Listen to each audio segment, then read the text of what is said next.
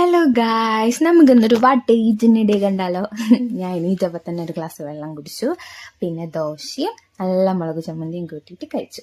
പിന്നെ വീട്ടിൻ്റെ അടുത്തൊരു പരിപാടി ഉണ്ടായിരുന്നു, ഉച്ചക്കത്തെ ഫുഡ് അവിടെ നിന്നായിരുന്നു. അതുകൊണ്ട് നല്ല ചിക്കൻ കറിയും പച്ചക്കറിയൊക്കെ കൂട്ടിയിട്ട് പിടിപിടിച്ചു. പിന്നെ പ്രകൃതി രമണീനെ നോക്കിയിട്ട് ഒരു ഗ്ലാസ് ചായ കുടിച്ചു ഒരു ഈവനിങ് ആയപ്പം. പിന്നെ എനിക്കൊന്നും മധുരമുള്ള കഴിക്കാൻ തോന്നി.